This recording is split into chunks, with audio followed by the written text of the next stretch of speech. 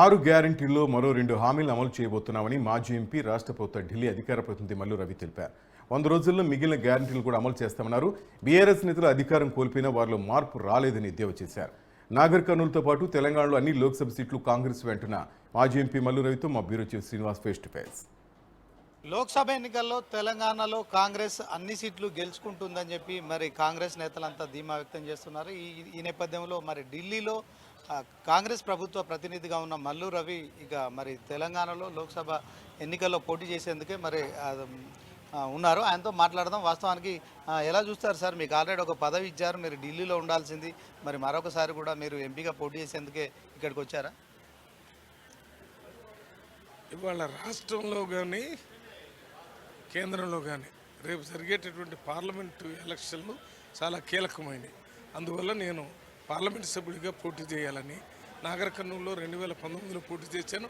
అప్పటి నుంచి ఇప్పటి వరకు కూడా మళ్ళీ పార్లమెంట్కి పోటీ చేయాలని పనిచేస్తున్నాను. అంతేకాకుండా రాష్ట్రంలో కాంగ్రెస్ పార్టీ రావాలని దాదాపు 10 సంవత్సరాల నుంచి చేస్తాను. దాంట్లో భాగంగా వచ్చింది. అది కాకుండా ఈ మధ్యకాలంలో 10 సంవత్సరాల నుంచి చాలా పెండింగ్ బిల్స్ ఢిల్లీలోనే ఉన్నాయి, పెండింగ్ ప్రాజెక్ట్స్ కూడా ఉన్నాయి. కాబట్టి వాటిని సాధించడానికి నాకు ఇంతకుముందు 4 సంవత్సరాలు ప్రత్యేక ప్రతినిధి చేసిన అనుభవం ఉంది. కాబట్టి దాని ద్వారా ఉపయోగపడుతుందని ముఖ్యమంత్రి గారు నన్ను ప్రత్యేక ప్రతినిధిగా చేసినట్టుగా వారు చెప్పడం జరిగింది.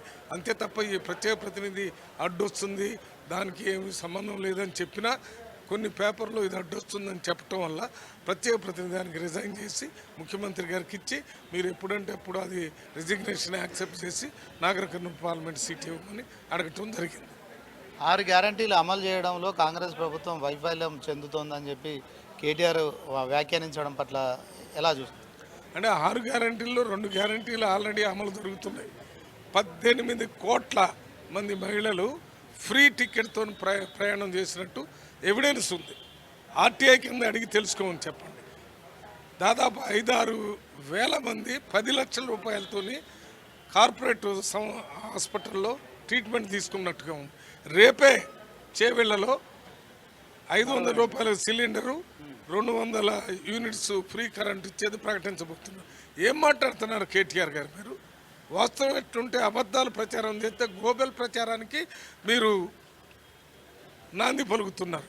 గ్లోబల్ ప్రచారం అంటే అబద్ధాలు ప్రచారం చేయడానికే అప్పుడు హిట్లర్ ఒక మంత్రిని పెట్టాడు, వాడి పేరు గోబెల్. అప్పటి నుంచి అబద్ధాల గురించి చెప్పేవాడిని గోబెల్ అంటారు. ఇప్పుడు కేటీఆర్ని గోబెల్ అనాలా లేకపోతే కేటీఆర్ పిలవాలా ఆయన నిర్ణయించుకోవాలి. ఆయన గోబెల్ అని పిలవాల్సి. తెలంగాణ అసెంబ్లీ ఎన్నికల్లో రేవంత్ రెడ్డి ముఖ్యమంత్రి అవుతాడని చెప్తే ఖచ్చితంగా 30 సీట్లు కూడా కాంగ్రెస్కి వచ్చేవి కాదు. ఇది మరొక కామెంట్. దీని పట్ల ఇది చాలా తప్పుడు కేమెంట్. ఎందుకంటే ఆయన ఒకవేళ రేవంత్ రెడ్డిని ముఖ్యమంత్రి అభ్యర్థిని ఎన్నికల కంటే ముందు ప్రకటిస్తే బీఆర్ఎస్ పార్టీకి 3 సీట్లు కూడా వచ్చాయి కావు. 3 అంటే 3. Congress party liberal democratic party కాబట్టి గెలిచిన తర్వాత ఎమ్మెల్యేల అభిప్రాయం తెలుసుకొని ముఖ్యమంత్రిని చేస్తారు. అదే రకంగా ముఖ్యమంత్రి చేసే ముందు ఎమ్మెల్యేల అభిప్రాయం తెలుసుకొని ముఖ్యమంత్రిని చేశారు. ముఖ్యమంత్రి కాగానే స్వేచ్ఛ స్వతంత్రంగా ప్రజలు మాట్లాడే హక్కు, ప్రశ్నించే హక్కు ఇచ్చాడు. మళ్ళీ వాళ్ళకు కావాల్సినటువంటి గ్యారంటీలు కూడా అమలు చేస్తున్నాడు. ఇంకా జనరంజకంగా పరిపాలన ముందుకు తీసుకుపోతున్నారు. 3 నెలలు కూడా కాకముందే ప్రజలు ఈ ప్రభుత్వం బాగుందని జైలు పలుకుతున్నారు. రేపటి చేవెళ్ళ సభకు మీరు ముఖ్య అతిథిగా ప్రియాంక గాంధీని పిలుస్తున్నారు. ఓకే, దీనికి ఆమెను ఏ హోదాలో పిలుస్తున్నారని చెప్పి మరి ఎమ్మెల్సీ కవిత ప్రశ్నిస్తున్నారు. దీనికి ఏం చెప్పారు? అది రేపు చెప్తాను. 6 గ్యారంటీల మాటున మీరు 13 గ్యారంటీలను అమలు చేయాల్సి ఉంది, కానీ కేవలం 2 గ్యారంటీలే అమలు చేశారు. మిగతా గ్యారంటీలు కూడా అమలు చేయాలని బీఆర్ఎస్ పార్టీ సోషల్ మీడియాలో ప్రచారం చేస్తుంది. దీన్ని ఎట్లా? బీఆర్ఎస్ పార్టీని కొద్దిగా ఓపిక పట్టమనండి. 6 గ్యారంటీలు 100 రోజుల్లో అమలు చేస్తున్నాను. 48 గంటల్లో 2 అమలు చేసే కార్యక్రమం పెట్టాం. రేపు ఇంకా 2, 4 ఇంకా 2 ఉంటే ఆ 2 కూడా 100 రోజుల ముందే ప్రకటన చేస్తాం. మీరు ఏం మాట్లాడుతున్నారు? మేము చెప్పింది చేస్తున్నాం. నాగర్ కర్నూలు ఎంపీగా మీకు హామీ లభించిందా? ఒకవేళ ఎంపీగా పోటీ చేస్తే ఏ మేరకు మెజారిటీ మీరు గెలవగలరు? ముఖ్యమంత్రి గారితోనే వాళ్ళ కలిసి మాట్లాడాను. ముఖ్యమంత్రి గారు చాలా సానుకూలంగా ఉన్నారు. పనిచేస్తూ ముందుకు పోమని చెప్పారు. ఆ కార్యక్రమం నడుస్తుంది.